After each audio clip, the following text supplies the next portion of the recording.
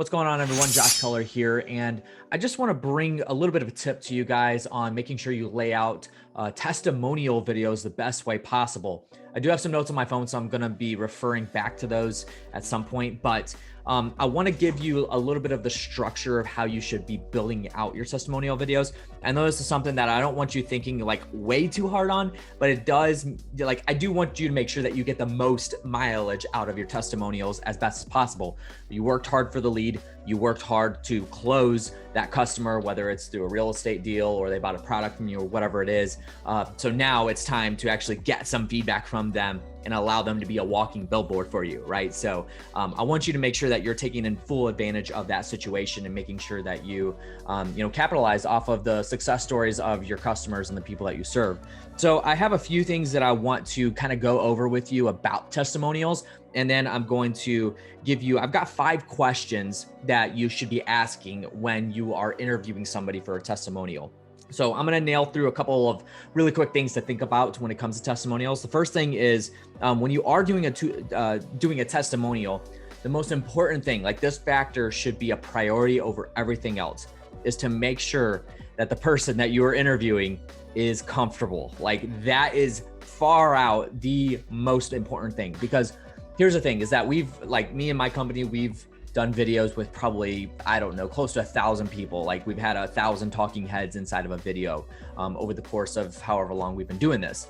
And I will tell you one thing is that if you make the person, the talking head, comfortable while they're on the video, then they're going to be able to get through it a whole lot easier, as opposed to, say, for instance, you give them a script or you tell them like, hey, I need you to say this. Guys, they've got to understand, most people have never been on video before. Most are not comfortable with it, like off the bat. Before you even turn the camera on, they're already not comfortable with it. So it's your job to make them comfortable. And even though you may feel comfortable on camera, I mean, you have been excellent on camera before, and this is nothing new to you, you got to keep in mind that they have not. So make sure that you keep them very comfortable. Approach the testimonial shoot as an interview as opposed to just talk, right? So I would tell you that instead of saying, a lot of times what people will do is when they get somebody on a testimonial, I'm going to just use for sake of example, because I'm in the real estate investing industry, I'm going to use that industry as an example. So say for instance, you bought a house from a seller and closed the deal, you sold it for them and everything. And now they're a happy customer, they got rid of their house. Now you're going to get them on a testimonial. What I find a lot of people will do is they'll actually go and just say, all right, tell me your experience with us. And you just expect them to talk and like give, everything that happened. But the bottom line is that you need to be prepared on your end to actually interview them. Here's the thing about interviews is that you control kind of the questions and the things that come out of their mouth to a degree, because you're actually lining them up for success. Because again, these people have not been on video. They don't know the proper ways to plan and prepare for that. You do. So prepare it as an interview style so that you're asking the questions. And I'll give you 5 questions that I always tell people to ask on interviews. Make sure that you're doing that. Like prepare that way in advance. And I would say like the questions that I have here could be rinse and repeat. You could, verify them or, change them up a little bit here and there, adjust them, but they're pretty much the same across the board. So make sure that you're ready for that. Don't just turn the camera on and say talk. Like make sure that you are interviewing them. There's just something about interviews that brings information out of people. So you just have to make sure you ask good questions. Number 2 is to make sure that you're just keep the camera rolling. It doesn't matter if you're using an actual camera, a phone, or Zoom, doesn't matter what it is, just keep it rolling. This is what post-production and editing are for. If somebody screws up, if they say something wrong, or they're like, oh, I didn't want to say that, can you get that out? Guys, with editing softwares nowadays, it's easy to just clip something out. So don't worry about that. Tell them right off the bat, hey, I'm just going to hit record. It's just going to roll. And then I always tell people, like, it's inevitable. You are going to screw up. You are going to make a mistake. Just get that out of your head. It's going to happen at some point, but we're just going to let it roll. I've got video editors on the back end that are actually going to clip those out, and you're good to go. Shameless plug, send them over to rei.video. We'll clip those out for you. So that's what I would say is that, and that's the easiest thing to do, as opposed to like if they screw up, you stop recording and then you hit record again. Like, don't go through that hassle. Just do it all in one long shot, and then you can clip out the mistakes and all that. So that's what I would tell you. Post-production can be, and so like that encourages them. Make sure you can hear the guests loud and clear. Mediocre video is kind of acceptable due to like, thanks to like TikTok and YouTube and Snapchat stories and stuff like that. Like, it's kind of acceptable to have a little bit of grainy video or lower quality, but it's very unacceptable to have bad audio. Think about it this way. If you were watching a video and the audio started to chop up and then it started like getting muffled and you could barely hear anything and the video was like 4K, would you still watch the video? I dead sure would not, because it's like you're listening to them. That's the whole point of you watching the videos, to listen and hear what they have to say. So make sure that you have good audio. I would say if you're using your phone, just make sure that you're close enough to the subject that it can pick up their voice. The phone microphones are meant to pick up the voice and then delete any ambient sound around you. So just leave it at that. But for instance, if you do have a camera, maybe it's a good idea to have a lapel mic on or something like that. But don't complicate it. You definitely don't want to complicate it, because the more complex you make it for yourself, the harder it is going to be for you to shoot the videos. And the more complex you make it for the talking head, the person that you're interviewing, it's just going to throw them completely off. It's going to really jar them up, and it's going to go back to making them very uncomfortable, right? If you have to put a lapel on, you got to like set up all this equipment, it's going to make them uncomfortable. So just keep it simple and basic, but make sure that you are aware of your surroundings. If you're next to a highway and all these cars are going back and forth and everything, just make sure that you're cognizant of that. And then also, if it's windy, rainy, stormy, all that stuff, make sure you go inside to do that. The goal is to ask questions that encourage answers that will essentially form a story in post editing, which I have those questions here at the bottom. A really good framework that I like to look at is Storybrand by Donald Miller. So go check that book out if you haven't read it yet. But it's a really good framework in terms of, your marketing techniques, but also I think just boiling it down to, from a micro standpoint, is the testimonial videos. If you can frame it up in a way that allows them to tell a story from start to finish, like, here was my problem. I was, here's the issue. I found my guide, which is, Josh buys houses, and then they got me to the destination, solved my problem, which was sold my house, and now I'm out from underneath that, right? So, but interview styles and asking the right questions will allow you to get to that point. Again, I'm going to give you those questions here in just a second. So make sure that you do check that out and keep along those lanes. Just I want you to go into this with that kind of framework and that mindset, because if you don't, then you're just going to end up reverting back to, hey, just talk. And you don't want to do that, guys. Trust me, it doesn't work. And if you do that and somebody starts talking, a lot of times they go in circles, they talk in multiple different areas, they go in like 100 different directions. You don't want that happening. Keep it very short to the point, and this is how you do it. Let's talk about angles with camera. Now, I'm not going to get technical here. I want to keep it, again, very simple, basic, very extremely basic. And again, keep it very simple, because if you complex it, it's going to be hard for you. It's going to be hard for them. It's not going to make them feel comfortable. But what I would tell you is the best way to have the camera set up is not directly pointed at the subject like what I have here, where I'm looking directly dead on into the camera. I'm comfortable being on camera. I've been on thousands of videos, so it's nothing new to me. I'm fine with it. But your subject is not. They've never been on camera before. You got to approach it in that manner. So what I like to do is almost have the camera set off to the side just a little bit, and then have them look just to the right or left of the camera.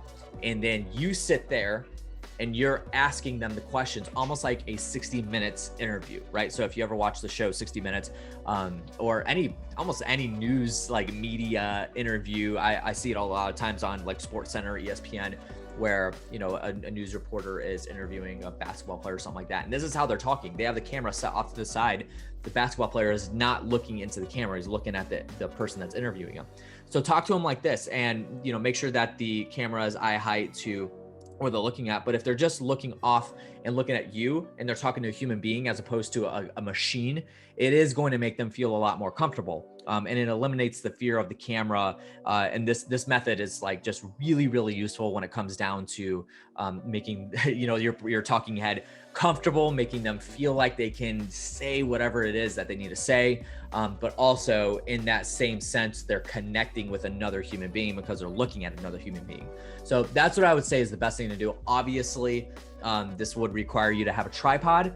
There are hundreds and hundreds of options. You just go to Amazon that are under $15, $20 that you can just search for a phone tripod, and it's going to have a little clip that you're going to clip your phone onto it, and then it's gonna just sit there, and just take that around with you, throw it in your car, and so that when you go to the closing table or whatever, then you can start filming it that way. But that's the way I would say to do it. That is by far the easiest thing to do. Just make sure it is on them, and then you're kind of sitting off to the side and talking to them that way. All right, so let's go ahead and get into the questions. So I've got 5 questions that you should be asking on every single testimonial, and I would even recommend just keeping those order. Don't like try to swap up the order. Don't ask question number 4 first or question number 5 second. Just keep the same exact order for these questions, and you'll be good to go. This will help allow you to really contextualize a story for your customers with this testimonial and get the most mileage out of it, obviously. So when you're asking the questions, here is the 5. I'm just going to ramble them off and then maybe just revisit them and give a little bit more context to them. Number 1 is, what is your name? And then location if necessary. So if you buy and sell houses in Kansas City, have them say like, I live in Kansas City. So what is your name? Where are you from? Question number 2 is, what was the problem you needed solved? So you want them to dig into really like the situation. This is the point where they're telling you their problems. Like, here was my issue. My father passed away and I inherited his house, and now I'm stuck with this. I've got to pay, I've got a tenant in there and I don't want to have to manage this thing, and like blah, blah, blah. So allow them to really open up, almost like in a venting way. You want them to do that because the more emotional they get into it, the more impactful the video is going to be. So that's number 2, is what was the problem you needed solved? Number 3, why did you reach out to us? That's something you really want to know. Like, did they find you on Google? Did they find you because they had your Facebook ad came across their feed? Did they get referred to you by somebody else, a friend or family member of theirs? You want to know that question, but you're asking it here. So now for your marketing purposes, like, okay, they came from a Facebook ad, or you can while you're asking them, they can tell you exactly where they're coming from. But it's going to be very, very vital and valuable to the video itself as well, because you want to know why they reached out to you. Say like, how did you find us? Why did you reach out to us? Why did you call us as opposed to these other 10 real estate investors? That's kind of how you want to open it up. Number 4 is how did we help you solve your problem? This is the point where you are not the hero. Remember, this is like extremely important. You do not want to be framed up as the hero because you are the sidekick. You want the customer to be the hero of the story, because then that will relate to everybody else that's watching the video. This is where it goes back to the Storybrand scenario from Donald Miller's book. So you're really going to be just asking them, how did we help you solve your problem?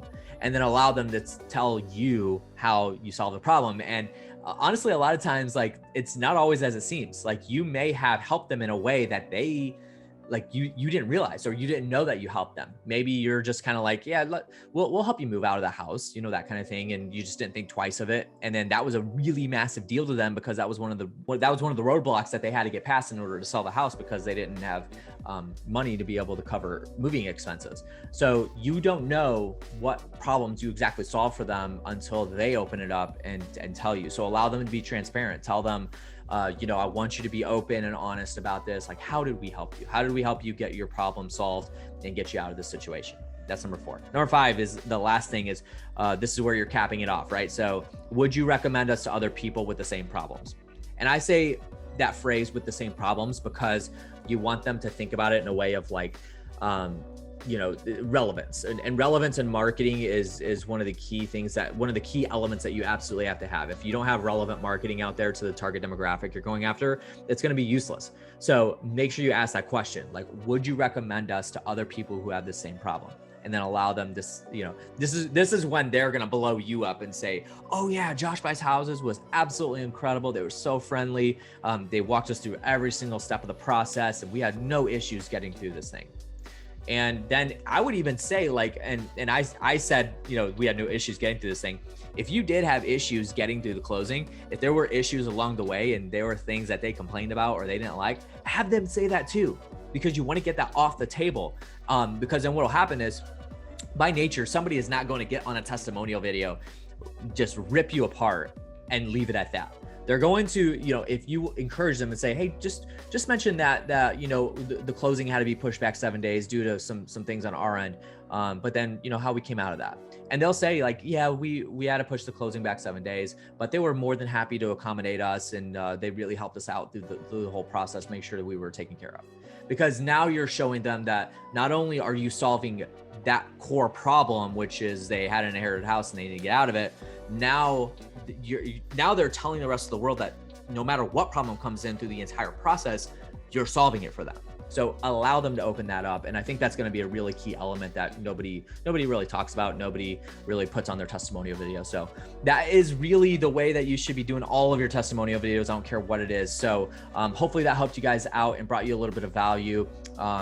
Testimonial videos, key marketing 101, but allow your customers, the successes of your customers, to be a walking billboard for you. And that's going to take us to the next level, but get the most mileage out of your testimonial videos by doing these tactics and asking those 5 questions. Reach out if you got any questions. Thanks for joining us, and I'll catch you on the next one. See you later.